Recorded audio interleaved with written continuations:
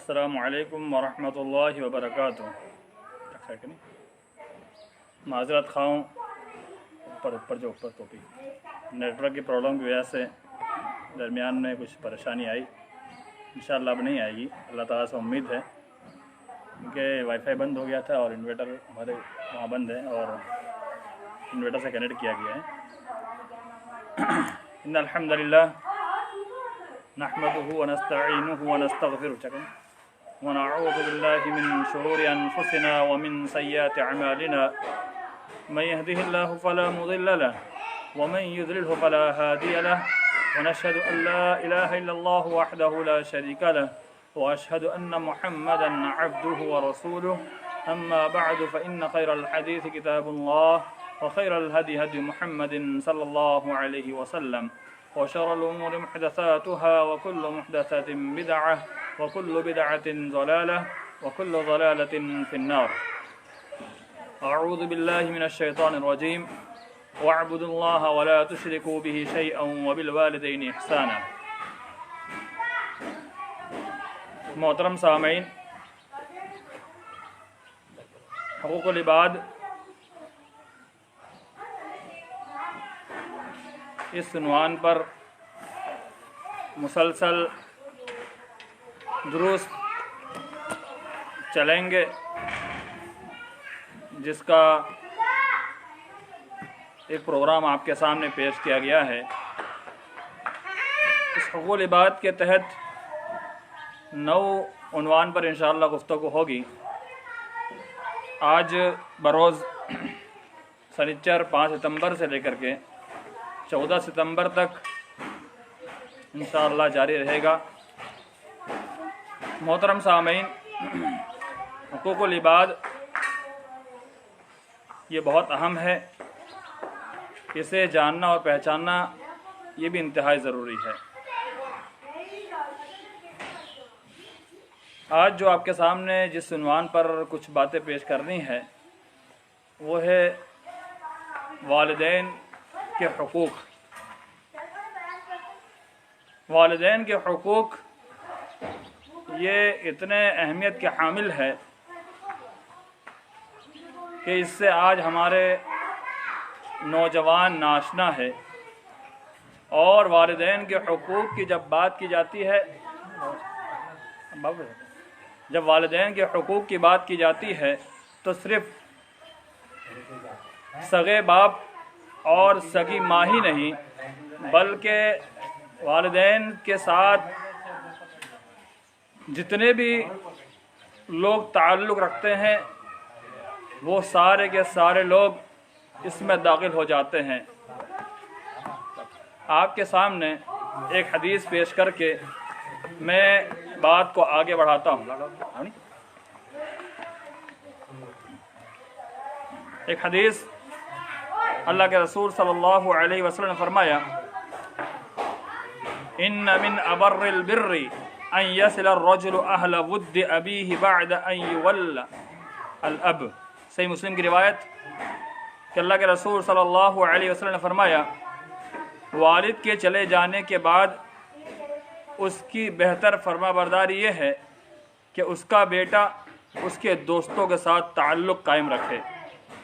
ایک اور حدیث ابو داؤد کی آپ کے سامنے پیش کروں۔ ایک انصاری آدمی اللہ کے رسول صلی اللہ علیہ وسلم خدمت میں حاضر ہوا اور عرض کی کہ میرے والدین کی موت کے بعد بھی ان کی اطاعت شعاری میں سے کوئی چیز باقی ہے؟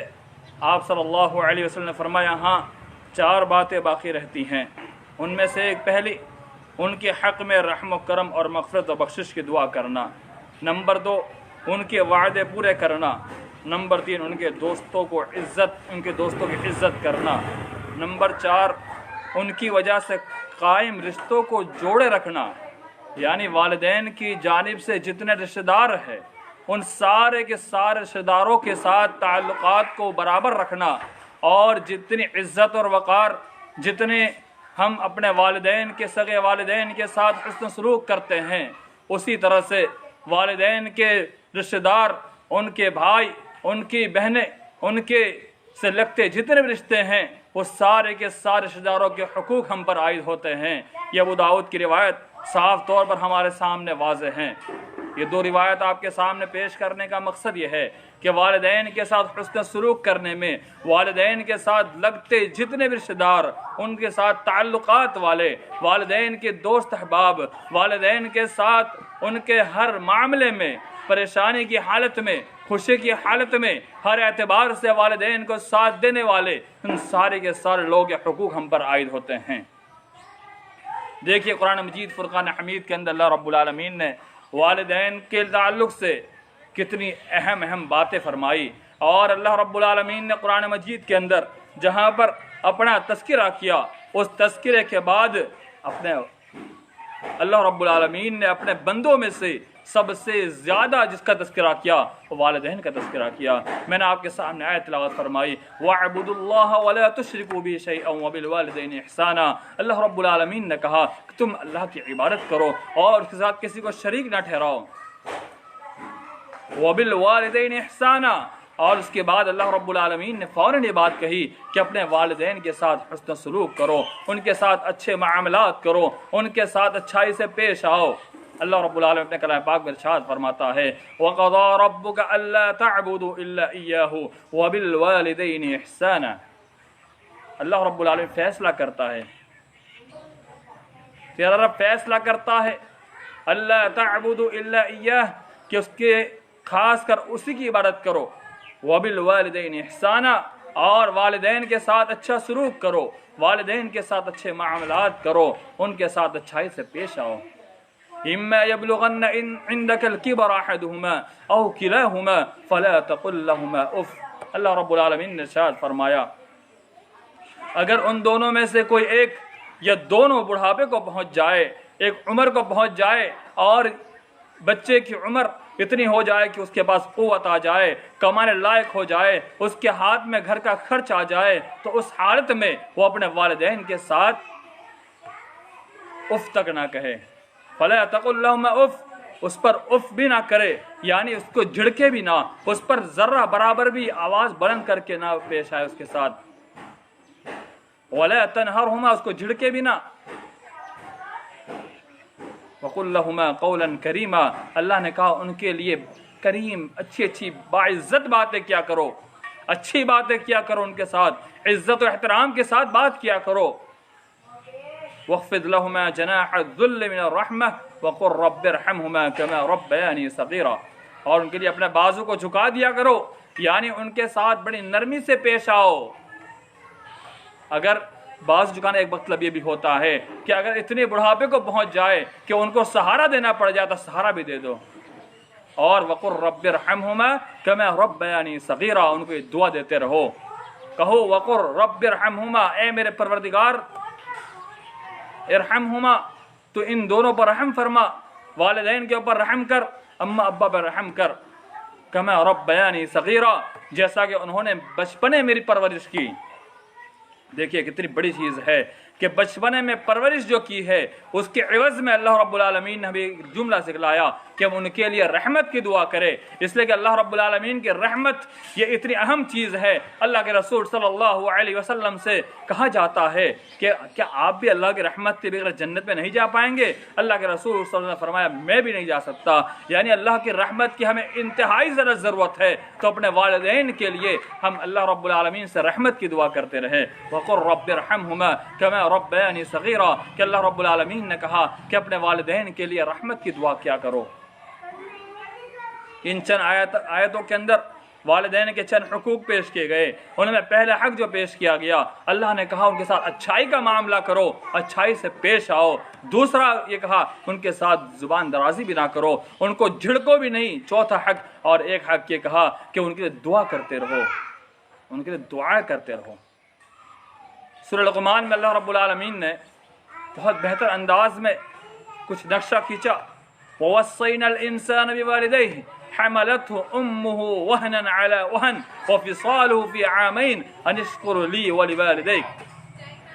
یہاں بھی اللہ رب العالمین نے سب سے پہلے حضرت لقمان کے جو اقوال کو پیش کیا، اللہ رب العالمین حضرت لقمان کے تعلق سے کہا ہم نے حکمت دانائی عطا کی، اور حکمت دانائی عطا کرنے کے بعد انہوں نے اپنے بیٹے کو نصیحت کی کہ اے میرے بیٹے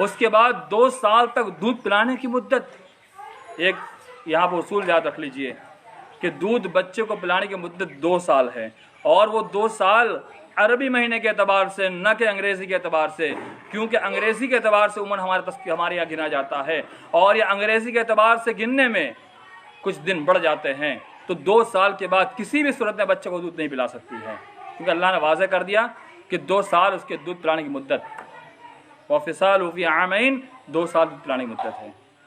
2 سال تک دودھ پلانے کے ایام میں کتنی پریشانی کو جھیلتی ہے، کتنی مشکلات کو جھیلتی ہے، اندازہ ہے آپ کو.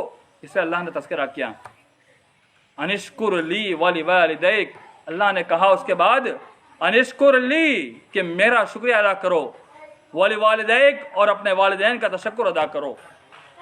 شکریہ ادا کرنا کیا خالی زبان سے کہہ دینے کا نام ہے کہ والد والدہ اماں ابا آپ کا بہت شکریہ، آپ نے ہمیں دنیا دکھلا دی. آج بچے کہتے ہیں کہ ہم پر احسان کرتے ہو ہمیں پیدا کر کے. ابے نامراد، رب نے کہا کہ تو اپنے والدین کا شکریہ ادا کر، اور رب نے جب کہہ دیا شکریہ ادا کرنے کے لیے تو تجھ پر ذمہ داری ہے، یہ تیرا حقوق ہے، تیرے حقوق میں سے حق ہے کہ والدین کا شکریہ ادا کرے. اور اس کا تشکر کس انداز میں ادا کیا جائے؟ کیا زبان سے جزاک اللہ کہہ دینے کا نام شکریہ ادا کرنا ہے؟ کیا زبان سے ہم کہہ دیں کہ بہت شکریہ کہنے کا نام شکریہ ہے؟ نہیں، بلکہ تو اس کی خدمت کر. تیرے پاس توانائی آ گئی، طاقت آ گئی. اللہ رب العالمین نے اپنے کلام پاک میں ارشاد فرمایا، یسألونک ماذا ينفقون. وہ اللہ کے رسول صلی اللہ علیہ وسلم آپ سے وہ سوال کرتے ہیں، ماذا ينفقون، ہم کیا خرچ کریں، کیسے، کہاں خرچ کریں. خیر، اللہ کے رسول آپ کہہ دیجئے صلی اللہ علیہ وسلم، انفقتم، تم خرچ کرو، من خیر، سب سے بہتر جہاں خرچ کرنا اس میں سب سے بڑا تذکرہ اپنے والدین پہ خرچ کرو. اللہ نے تمہیں مال دے رکھا ہے، اللہ نے تمہیں بہت زیادہ حیثیت والا بنایا ہے، تو پہلے اپنے والدین پہ خرچ کر. آج ہوتا کیا ہے، ہم دنیا میں کئی لوگوں پر خرچ کرتے ہیں، ہم نہ جانے کس کے پر خرچ کر جاتے ہیں صرف واہ واہ نام کے اندر، لیکن والدین گھر میں بیچارے بھوکے پڑے ہوتے ہیں. کبھی کبھی تو ایسا معاملہ آتا ہے کہ والدین کو بستر تک نہیں مل پاتا. کبھی ایسا معاملہ آتا ہے ہم غیروں کو کھلانے پلانے میں، عیاشی کرانے میں ہمارے والدین کو کئی روز تک بھوکے رہنے کی نوبت آ جاتی ہے. کبھی کبھی ایسا بھی ہوتا ہے کہ والدین، کبھی کبھی ایسا بھی ہوا ہے کہ والدین گھر کے باہر پڑے ہوئے ہیں. کبھی کبھی ایسا بھی ہوتا ہے کہ والدین کہاں سڑکوں پر ادھر ادھر گرے پڑے ہوتے ہیں. یہ ساری چیزیں کیوں آتی ہے کہ بچے ان کو کھانا نہیں کھلا پاتے ہیں، جبکہ رب نے کہا کہ سب سے پہلا جس پر تمہیں خرچ کرنا ہے. اللہ کے رسول صلی اللہ علیہ وسلم فرمایا، انت ومالک لابیک، تو اور تیرا سارا کا سارا مال تیرے باپ کا ہے. ابیک کے اندر والد اور والدہ دونوں داخل ہے، کیونکہ حدیث کے اندر آیا کل مولود یولد علی الفطرہ فابواہ، یہاں ابواہ تسنیہ ہے، یعنی والد اور والدہ دونوں اس میں داخل ہو جاتے ہیں. کہ اللہ کے رسول صلی اللہ علیہ وسلم فرمایا انت ومالک، تو بھی اور تیرا مال بھی تیرے والدین کا ہے. محدثین نے اس کی شرح فرمائی کہ تو اور تیرے مال، یعنی جتنا ان کے جتنا ضرورت ہے اتنی ضرورت کے بعد اس کے اوپر خرچ کرنا یہ تیری ذمہ داری ہے. یہ اللہ کے رسول صلی اللہ علیہ وسلم کا کھلا فرمان ہمارے لیے ہے. تو ایک حق کیا ہے کہ ان کا تشکر ادا کرنا، یعنی ان کی خدمت کرنا. اللہ کے رسول صلی اللہ علیہ وسلم کی ایک دو حدیث آپ کے سامنے اور پیش کروں. اللہ کے رسول صلی اللہ علیہ وسلم کے پاس ایک شخص آتا ہے. عبداللہ بن مسعود فرماتے ہیں کہ میں نے رسول اللہ صلی اللہ علیہ وسلم سے پوچھا اللہ کو کون سا عمل محبوب ہے؟ فرمایا والدین کی فرما برداری. میں نے کہا پھر کون سا؟ آپ نے جواب دیا اللہ کے راستے میں جہاد کرنا. اس سے کیا معلوم ہوا کہ اللہ کے رسول صلی اللہ علیہ وسلم نے فرمایا کہ اللہ کو سب سے زیادہ محبوب عمل جہاد، اپنے والدین کی تربیت کرنا، اپنے والدین کا حسن سلوک کرنا ہے، ان کے ساتھ اچھائی کا معاملہ کرنا ہے. ایک صحابی رسول اللہ کے رسول کے پاس آتے ہیں، جہاد میں جانا چاہتا ہوں لیکن میرے والدین گھر میں بڑے پڑے ہوئے ہیں. اللہ کے رسول صلی اللہ علیہ وسلم نے فرمایا کہ جا تو اپنے گھر جا، اپنے والدین کے ساتھ جہاد کر، یعنی اپنے والدین کی خدمت کر، اور یہی تجھے انشاءاللہ جہاد کا ثواب مل جائے گا. اللہ کے راستے میں جہاد کرنے والے، مرنے والے، شہادت کا درجہ پانے والے اللہ رب العالمین شہید ہونے والے کا ٹھکانہ جنت اور اللہ رب العالمین کی جانب سے آفر ہے، لیکن اس شہادت اور اس جہاد سے بھی اعلیٰ مرتبہ کسی کو دیا ہے تو اللہ رب العالمین نے والدین کو دیا۔ تو والدین کے ساتھ حسن سلوک یہ انتہائی زیادہ ضروری ہے۔ اللہ کے رسول صلی اللہ علیہ وسلم نے فرمایا، بہت ہی اہم حدیث آپ کے سامنے پیش کروں، کیا میں تمہیں بڑے بڑے گناہوں سے آگاہ نہ کروں؟ کیا میں تمہیں بڑے بڑے گناہ نہ بتلاؤں کروں؟ صحابہ نے کہا یا رسول اللہ بلا کیوں نہیں یا رسول اللہ، آپ ہمیں آگاہ کیجئے، ہمیں بتلائیے کہ بڑے بڑے گناہ کیا ہے بڑے بڑے گناہ۔ اللہ کے رسول صلی اللہ علیہ وسلم نے فرمایا، کبائر میں سے الشرک باللہ، اللہ کے ساتھ شرک کرنا یہ بڑا گناہ ہے، اور اس کے بعد فرمایا عقوق الوالدین، والدین کی نافرمانی کرنا، والدین کے ساتھ اچھا سلوک نہ کرنا، والدین کو جھڑکنا، والدین کو گھر سے باہر بھگا دینا، یہ انتہائی زیادہ غلیظ اور انتہائی زیادہ بڑے گناہوں میں سے ایک گناہ ہے جو اللہ کے رسول صلی اللہ علیہ وسلم نے فرمایا، اور شرک کے بعد اس کو بیان فرمایا، یعنی عقوق والدین یہ شرک سب سے بڑا گناہ، انتہائی بڑا گناہ، اللہ کے ساتھ شریک ٹھہرانا، اور اس کے بعد جو مرتبہ آتا ہے وہ والدین کے ساتھ نافرمانی کرنے کا آتا ہے۔ میرے دوستوں، یہ صحیح بخاری مسلم کی روایت۔ اور اللہ کے رسول صلی اللہ علیہ وسلم نے مزید فرمایا، اولاد اپنے والد کے احسانات پورے نہیں کر سکتی، اپنے والد کے احسانات انسان نہیں پورا کر سکتا، کوئی بھی نہیں کر سکتا، الا کہ اسے غلام پائے اور خرید کر آزاد کرا لیں۔ یعنی اپنے والدین کو اگر کسی پاس غلام بنا ہوا، آج یہ غلام جو اس زمانے میں جب جنگ چلتی تھی، جب کوئی گرفتار ہوتا اسے غلام کہا جاتا تھا، تو اگر کفاروں کے ہاتھ میں کوئی مسلمان اگر غلام بن کر چلا گیا ہے تو اس بیٹے کی ذمہ داری بنتی ہے کہ کس ہر حال میں اپنے والدین کو وہ آزاد کرا دے، تو حق پھر بھی حق ادا نہیں کر سکتا، یہ ایک ذمہ داری اللہ کے رسول صلی اللہ علیہ وسلم نے بتلائی ہے۔ ایک شخص رسول اللہ صلی اللہ علیہ وسلم کے پاس آیا اور آپ کے سامنے کہ اس نے زندہ ہے، کہا ہاں میرے والدین زندہ ہے، کہاں جاؤ اور ان کی خدمت کرو، یہی تیرا جہاد ہے۔ معاملہ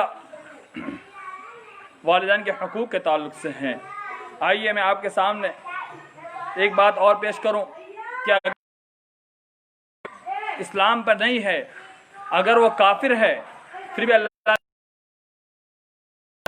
وَإِن جَاهَدَاكَ عَلَىٰ أَن تُشْرِكَ بِي مَا لَيْسَ لَكَ بِهِ عِلْمٌ فَلَا تُطِعْهُمَا وَصَاحِبْهُمَا فِي الدُّنْيَا مَعْرُوفًا، ان کے ساتھ اچھائی کا معاملہ کرے، ان کی عزت و توقیر